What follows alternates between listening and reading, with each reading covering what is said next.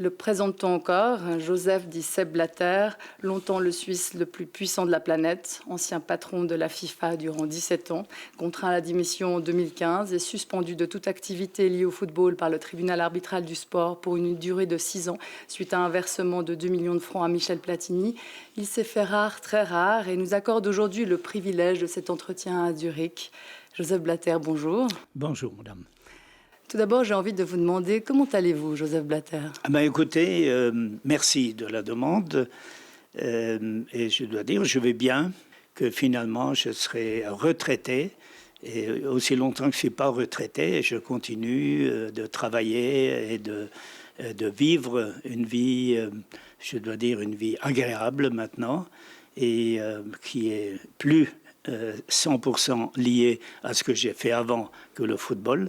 Est-ce que vous pouvez voyager librement aux États-Unis, par exemple, sans crainte d'être inquiété? Bon, écoutez, je n'irai pas aux États-Unis actuellement parce qu'il y a des cas qui ne sont pas encore terminés. Mais je peux voyager en Europe, mais pour le moment, je n'ai pas voyagé parce que j'ai tellement voyagé et que rester en Suisse et découvrir un peu la Suisse et de rester chez soi, c'est aussi un enrichissement. Vous avez gardé vos entrées. Pendant longtemps, vous avez été reçu partout comme un chef d'État. Hein. Est-ce que vous continuez justement de fréquenter les grands de ce monde? Bon, fréquenter les grands de ce monde seulement à partir de la Suisse. Je suis en contact, mais maintenant plus par personne interposée que directement, mais j'ai quand même les relations qui vont dans les pays donc Chine, Japon, qui vont en Afrique du Sud, qui vont en Russie, enfin dans les pays européens. Mais je ne bouge pas de Suisse actuellement, je reste ici. Alors vous avez dit quand je serai à la retraite. Pourtant, vous avez renoncé à faire recours jusqu'au tribunal fédéral contre la décision du TAS. Vous considérez néanmoins que ce n'est pas fini, cette affaire?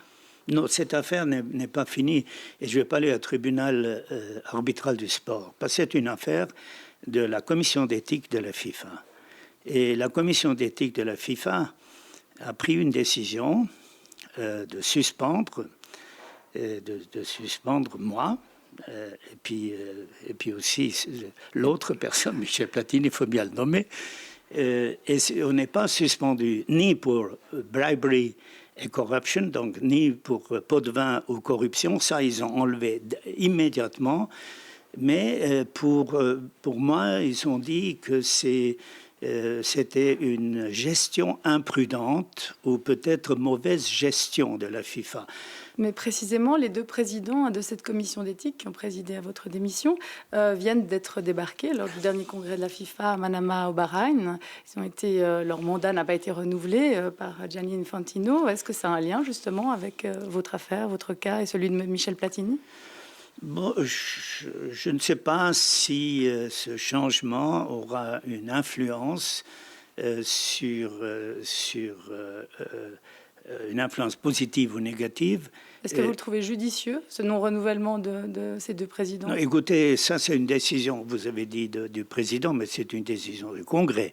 C'est le Congrès qui a décidé, qui a dit qu'il faut changer les personnes. On peut être pour ou contre, et puis il y a eu un tollé en disant ce n'est pas juste, mais enfin, finalement, il faut quand même dire, dans des commissions, l'Assemblée générale, le congrès de la FIFA, elle est souveraine. La nouvelle FIFA, Sepp Blatter, est-ce qu'elle est propre? Bon, écoutez, qui a commencé la réforme à la FIFA? C'est le comité exécutif de la FIFA sous ma présidence à partir de 2011. Donc nous avons pris des décisions à ce moment-là déjà importantes, de supporter plus le football féminin et puis de donner accès au comité exécutif à des femmes, d'avoir cette commission donc d'éthique à deux chambres, parce que la commission d'éthique existait déjà depuis des années, mais en deux chambres. Nous avons fait une commission spéciale pour la réforme profonde de la FIFA, y compris statut Et on a commencé à travailler, et vous le croirez pas, mais la vérité est, qui c'est qui était contre cette réforme à l'époque? C'était l'UEFA. Michel Platini et Gianni Infantino sont secrétaires C'était généraux. surtout celui qui travaillait dans cette commission pour l'UEFA, c'est le secrétaire général, chez nous aussi. Et puis l'Europe a dit, donc Gianni comme porte-parole de l'Europe, dit « Ah, nous en Europe, nous ne voulons pas qu'une commission de la FIFA juge si nos membres sont éligibles ou pas. » Alors les autres continents ont dit, si eux, ils ne veulent pas qu'on contrôle, nous non plus. Donc si je vous comprends bien, Gianni Infantino, quand il est à l'UEFA, il ne voulait pas justement d'un nettoyage éthique, entre guillemets, de ces non, il instances. Ne voulait pas. Non, il faut donner juste. Lui, il dit, nous les Européens, nous ne voulons pas nous faire contrôler. Nous n'avons pas besoin de la FIFA. Nous sommes juste, il n'y a pas dans l'Europe, tout est en ordre, 100%. Nous sommes des saints en Europe. Il y a des suspicions aussi de corruption. Qu'est-ce que vous pensez de ça?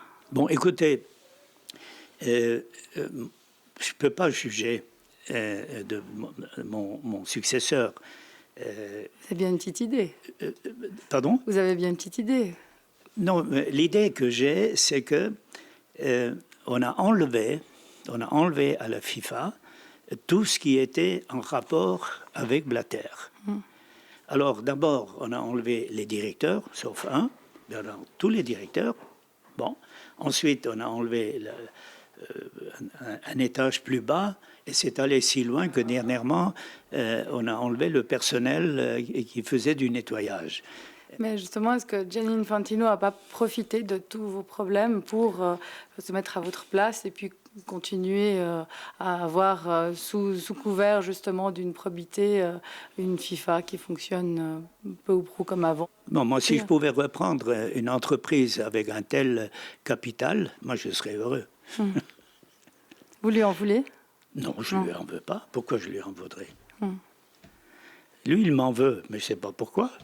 Vous avez revu Michel Platini? Vos rapports sont meilleurs actuellement? Non, je ne l'ai plus jamais revu depuis qu'il est venu comme témoin pour moi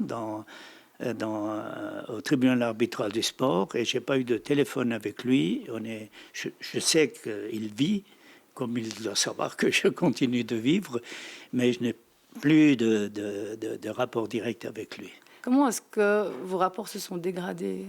Ben écoutez, nos rapports se sont dégradés, bien sûr, à un moment donné, parce que d'un côté, moi je me suis bien installé à la présidence de la FIFA. Et lui, après la Coupe du Monde de 2014, il a tout de suite dit « je ne veux pas devenir président ». Et ça, c'était un point important de ma vie, parce que alors les autres ont dit « mais on n'a pas d'autres candidats, alors restez vous, donc moi ». Et j'aurais dû, à ce moment-là, dire non, non, maintenant c'est fini, parce que tu finis avec la Coupe du Monde au Brésil, belle compétition.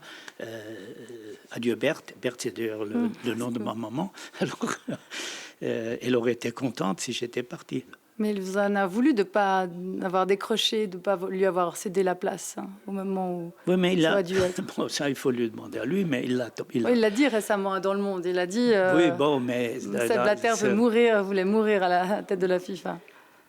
Je ne vais pas mourir à la FIFA, moi je vais mourir en paix. Il voulait. Non, ça, il faut lui demander. Mais ça, cette interview-là, d'abord, je voulais lui répondre, mais j'ai dit, ça ne vaut pas la peine de répondre à ça. Effectivement, il y a beaucoup de rancœur. Hein. Il dit, Sepp Blatter a voulu mon scalp. J'étais le dernier scalp qu'il voulait Non, alors ça, obtenir. c'est pas vrai. Non, ça, je dois m'opposer 100% à ça. Comment voulez-vous que je détruise quelqu'un? C'est pas dans mon caractère de détruire. Moi, mon caractère, c'était justement d'être trop confiant et non pas détruire les gens, mais essayer de les monter. Et puis, quand vous êtes tout seul en haut, il y a beaucoup comment on dit ça en français, une expression, le flatteur vit aux dépens de ceux qui l'écoutent. Voilà. Vous pensez que ce serait préférable un Michel Platini qu'un Gianni Infantino, justement, à la tête de la FIFA? Bon, écoutez, ça, je ne me prononce pas là-dessus. D'accord. Si vous deviez délivrer un message à Michel Platini aujourd'hui?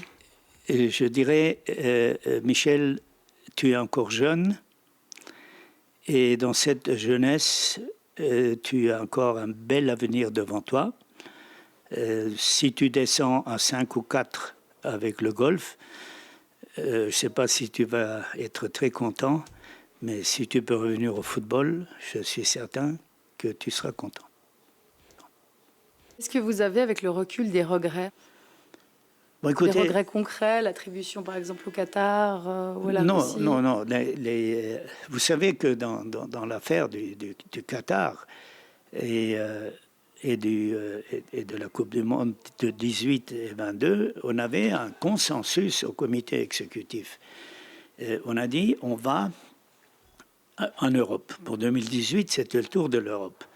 Mais l'Europe de l'Ouest a déjà eu tellement de Coupes du Monde, la France, l'Italie, l'Allemagne, les 3 pays déjà plusieurs fois. Ensuite, il y a même eu la Suisse, il y a eu l'Espagne, il y a eu la Suède, la Coupe du Monde, l'Angleterre. Mais les pays de l'Est n'ont jamais eu la Coupe du Monde. Alors on a dit en 2018, on va maintenant en Russie. Alors que la Russie n'y croyait pas encore. Poutine était très... il a dit, je sais pas. Bon. Mais, et puis, alors on a dit, et puis pour 2022, on va à la Coupe du Monde, on va aux États-Unis. C'est le tour aussi de la CONCACAF, d'ailleurs ils la veulent maintenant, d'avoir la Coupe du Monde. Oui, mais pourquoi justement pas l'avoir attribué aux États-Unis? Vous ne seriez pas fâché cette grande puissance? Peut-être qu'il n'y aurait pas eu... mais vous connaissez pourquoi c'est pas allé aux États-Unis? C'est à cause de l'intervention de la France. Donc, celui qui a fait pencher la balance, c'était M. Platini, parce qu'il avait reçu demande de Nicolas Sarkozy, du donc Qatar, il avait rencontré, parce que c'était des intérêts supérieurs en jeu. Et puis Platini était assez, je dois dire, très sportif. Il m'a téléphoné le lendemain de cette opération qui a eu lieu 10 jours avant la désignation de la Coupe du Monde. Il a dit, tu ne pourras plus compter sur ma voix et de mes spires, donc ceux qui sont avec lui. Et puis comme ça, on a perdu 4 voix. Et si vous mettez les 4 voix de Qatar aux 4 voix des États-Unis, la Coupe du Monde va aux États-Unis. Donc vous étiez pour la Coupe du Monde des États-Unis? J'étais sur la Coupe du Monde des États-Unis. Et puis ça, c'est l'influence de Platini uniquement, sans... Oui, enfin, uniquement, oui, parce que lui, il a changé son électorat, parce qu'il n'est pas seul à élire, parce qu'il a son influence, et c'est ça qui a fait pencher la balance. Et surtout, le système que vous avez mis en place à la FIFA, ça n'a pas encouragé une certaine impunité? Non, mais je n'ai pas de regret, parce que j'ai fait d'une association qui avait 11 employés quand j'ai commencé. On a fait une multinationale forte, importante. Moi, je suis d'origine, je suis un économiste et un peu journaliste aussi. Mais je suis un économiste. Et alors, avoir réalisé la FIFA de cette façon, comme on peut la présenter, j'étais fier de pouvoir le faire. Alors, je n'ai pas de regret de cela.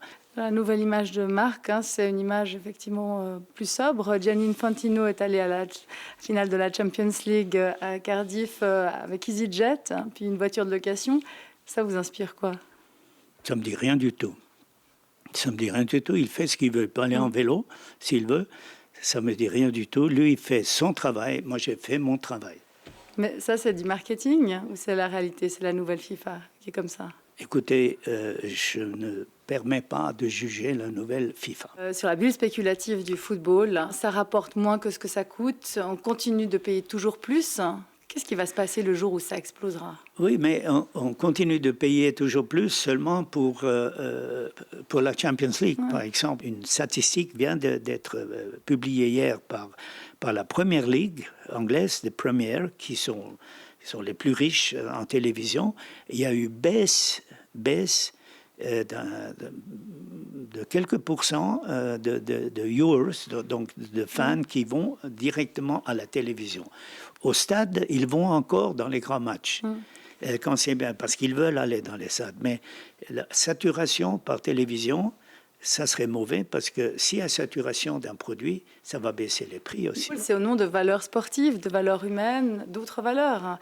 Là, où est la morale sportive, hein, mais là, il n'y exemple, a plus de morale sportive dans le moment où le football devient business. Et je dois l'admettre, les joueurs deviennent une sorte de marchandise, pour ne pas dire des esclaves. Ils engrangent aussi leur part du gâteau, pour certains en tout cas. Oui. Ce qu'on appelle la Super League en Suisse, elle s'appelle Super League, je crois. Eh ben, qu'est-ce qui est super dans cette ligue?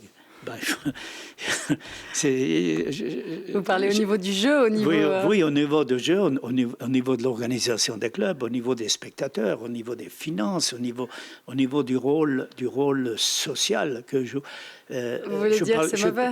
Le niveau est mauvais globalement? Je parle des joueurs, de l'organisation. Moi, à l'époque, quand on était jeune, on rentrait, on passait du Valais, on allait voir jouer Genève Servette. Donc en pré-saison, ou Lausanne, qui étaient les champions de la nuit, qui jouaient les premiers avec de la lumière. Et ils sont où maintenant? Lausanne est en première division. Ils jouent un match capital. Bon, ils sont pratiquement qualifiés. Et puis, ils n'ont même pas 3000 spectateurs. Et puis, Sion, par exemple. Et puis, Genève-Servette. Sion, c'est autre chose. Sion, c'est phénoménal. Est-ce que vous pourriez conseiller Christian Constantin, justement? Non, de manière discrète.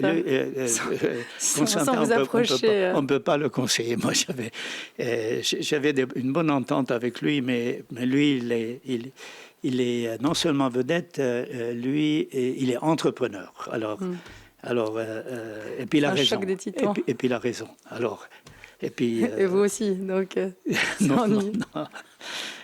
Moi, j'avais raison, mais lui, il a toujours raison. Et la mise en inculpation, justement, de Cristiano Ronaldo par le parquet de Madrid pour fraude fiscale? Vous savez, il y a toujours la présomption de l'innocence avant d'être déclaré guilty.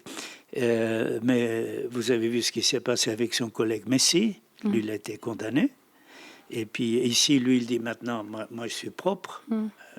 Bon, quand on le voit jouer, arriver sur le terrain, il est très propre. Il a maintenant mis une mèche blonde dedans, mais bien sûr, c'est pas bon pour le football. Mais pourquoi alors on attaque le football?